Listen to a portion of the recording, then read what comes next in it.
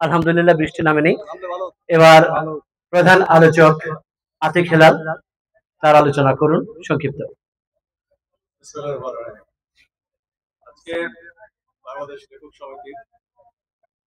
আজকে বাংলাদেশ লেখক সমিতির উন্মুক্ত আকাশের নিচে রমনা রেস্তোরাঁয় আমি একটা গান গাই। রমনা রেস্তোরাঁয়, এটার মধ্যে নস্টালজিয়া আছে এবং লেকের পাড়ে এই তীব্র গরম, আজকে সেই গরম সহ্য করে উপেক্ষা করে যারা এখন পর্যন্ত আছেন তাদেরকে ধন্যবাদ। আমি নারায়ণগঞ্জে গিয়েছিলাম, আলম ভাই জানেন না, সেখান থেকে ছুটে এসেছি এখানে। তো আজকে অনেক বৈচিত্র্যময় লেখা পাঠ হয়েছে এবং একটি বিশেষ উপলক্ষ আজকে আমাদের এখানে আছে, যেটা বাংলাদেশ লেখক সমিতির অন্যতম প্রতিষ্ঠাতা প্রধানতম ব্যক্তি, এই সংগঠনের প্রতিষ্ঠার প্রধান ব্যক্তি ফরহাদ খাঁ, আমাদের প্রিয় ফরহাদ খাঁ। ওরে মনে পড়ে ওনাকে, একটা সবসময় পাঞ্জাবি পরে একটা ব্যাগ কাঁধে ঝুলিয়ে একটা সাধারণ একজন মানুষ আমাদের সামনে হেঁটে যেতেন, আমাদের সামনে থেকে আমাদের সামনে বিচরণ করতেন, কিন্তু তার মধ্যে যে এত জ্ঞান ভান্ডার, এত ইতিহাস ঐতিহ্যের আকর তার মধ্যে লুকিয়ে আছে, এটা আমরা সাধারণ মানুষ কিন্তু বুঝতে পারতাম না। যারা তাকে খুব কাছে থেকে দেখেছি, কাছে থেকে তাকে আপনার পাঠ করেছি এবং তাকে অন্বেষণ করেছি, তার চোখের ভাষা বোঝার চেষ্টা করেছি, তারাই কেবল ফরহাদ খাঁকে চিনতে পেরেছি।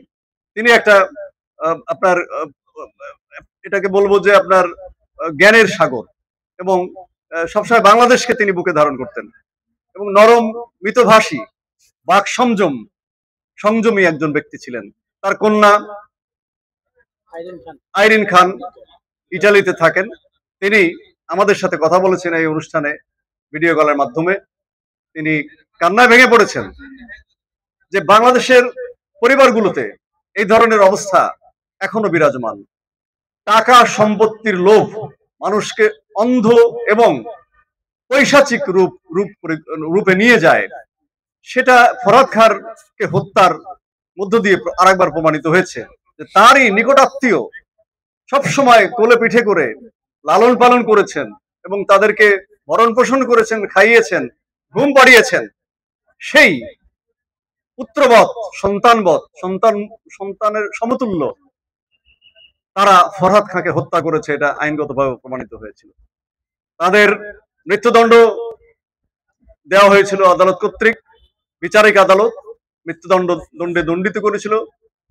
পরবর্তীকালে তারা হাইকোর্টের মাধ্যমে তাদের মৃত্যুদণ্ডের সাজা কমিয়ে যাবজ্জীবন কারাদণ্ড পেয়েছেন, কিন্তু সেটা পরবর্তীকালে আপিল বিভাগে পেন্ডিং অবস্থায় আছে। অর্থাৎ ফরহাদ খাঁর পরিবার এখন পর্যন্ত বিচার পাননি। তার কারণ সেই সাজা এক্সিকিউটেড হয়নি, অর্থাৎ যে সেন্টেন্স দেওয়া হয়েছিল সেটা কমে গেছে, মৃত্যুর বদলে মৃত্যু হয়নি এবং যাবজ্জীবন যেটা সেখানে এখনো আপনার বিচারাধীন অবস্থায় আছে।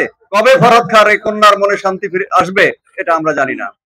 এই আদালত, মহামান্য আদালত, সারা বাংলাদেশের 18 কোটি মানুষের বিচার করে থাকেন, কিন্তু যে সীমাবদ্ধতা আদালতের আছে, এই আপনার ইন্টারিম গভর্নমেন্টের প্রফেসর ইউনূস আন্তর্জাতিক খ্যাতি সম্পন্ন ব্যক্তি, তার সময় আপনার আদালতের সংস্কার আমরা দেখেছি, সাধারণ মানুষের পক্ষে সংস্কার খুব কমই হতে দেখেছি। সংস্কার হচ্ছে মাননীয় বিচারপতিদের, মাননীয় বিচারকদের এবং বিজ্ঞ আইনজীবীদের সুযোগ সুবিধা ইত্যাদির বিষয় আমরা দেখেছি। আমি বলতে বাধ্য হচ্ছি যে সেই মানুষের, জনগণের পক্ষে, জনগণ যাতে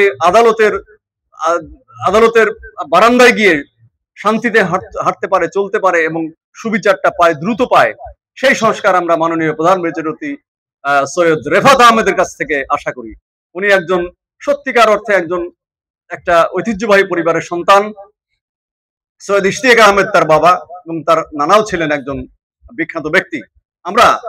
আমি এই ভিডিওর মাধ্যমে মহামান্য আদালতের মহামান্য প্রধান বিচারপতি সৈয়দ রেফাত আহমেদের কাছে অনুরোধ করব, জনগণ যাতে সুবিচার পায়, দ্রুত পায় এবং বিনা দোষে যেমন কেউ সাজা যেন না পায় এবং সত্যিকার অর্থে অপরাধী যে দোষী তার শাস্তি যেন ত্বরান্বিত হয়, নিশ্চিত হয়।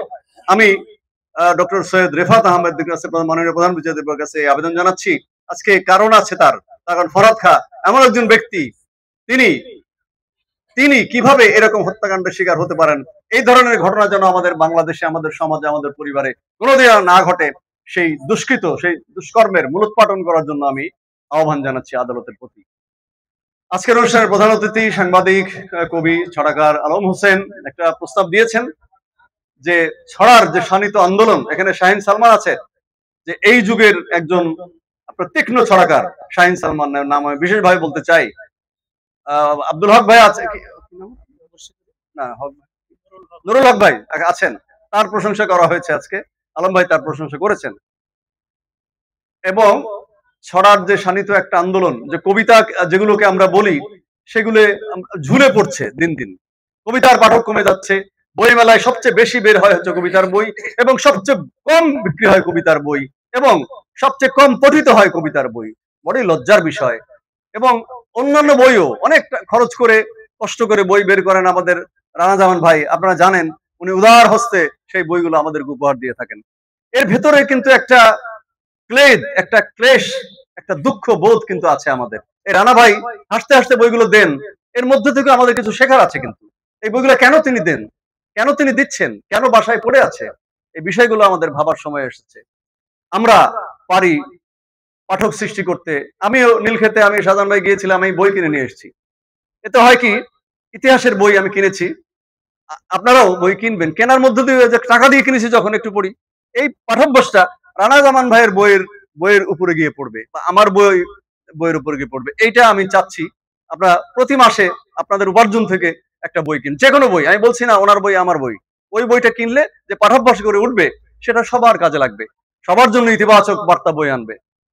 তো আর বিশেষ করে কবি রবিউল মাশরাফি, আজকের এই অনুষ্ঠানের আয়োজকদের মূল আপনার কর্মবীর যিনি বলবো, যে সাধারণ সম্পাদক, উনি কলা 2টা খেয়েছেন এবং পাউরুটি 4টা খেয়েছেন। এটা আবার রাডারে ধরা পড়েছে, এখানে দায়িত্ববোধ থেকে খেয়েছেন। তো উনি কিন্তু, ওনার কথা আমি বারবার বলি, এই লেখক সমিতি কিন্তু রানা ভাই স্বীকার করবেন যে একটা গণ্ডির মধ্যে আবদ্ধ ছিল, সেটা রবিউল মাশরাফি, রানা জামান এবং আমাদের আলম হোসেনের ভাই হাত ধরে এটা এখন আপনার আলো বাতাসে আসা শুরু করেছে, ছড়িয়ে দিয়েছে। এটা আমাদেরকে, এবং এর হাল ধরবে তরুণরা, শাহিনের মতো তরুণরা এটার হাল ধরবে। এবং বিশেষ করে শেষ আমি কথা বলবো যে আজকে রেহানা সুলতানা আছেন, উনি বোধহয় প্রথম এসেছেন, সেভাবে হয়তো প্রথম এসেছেন, ওনাকে আমি স্বাগত জানাই। জান্নাতুল বাকিও অনেকদিন, আমি জানি না আগে এসছে কিনা, আগেও স্বাগত জানাচ্ছি। কথা বললে অনেক বলা যায়। আপনাদের সবাইকে ধন্যবাদ জানাই আমাকে এখানে আমন্ত্রণ জানানোর জন্য। ভবিষ্যতে আবার দেখা হবে, এবং আলম হোসেন ভাইয়ের সেই পরামর্শ আমি গ্রহণ করলাম। যদি কোনো গুরুতর দুর্বিপাক না ঘটে, ওই কাজটা আমি করব, যে ছড়ার উপরে একটা অনুষ্ঠান এবং জাঁকজমক এবং অনেক বেশি উপস্থিতি সেখানে থাকবে ইনশাআল্লাহ। ধন্যবাদ সবাইকে। অনেক ধন্যবাদ আতিক হেলাল ভাই। এবার প্রধান অতিথি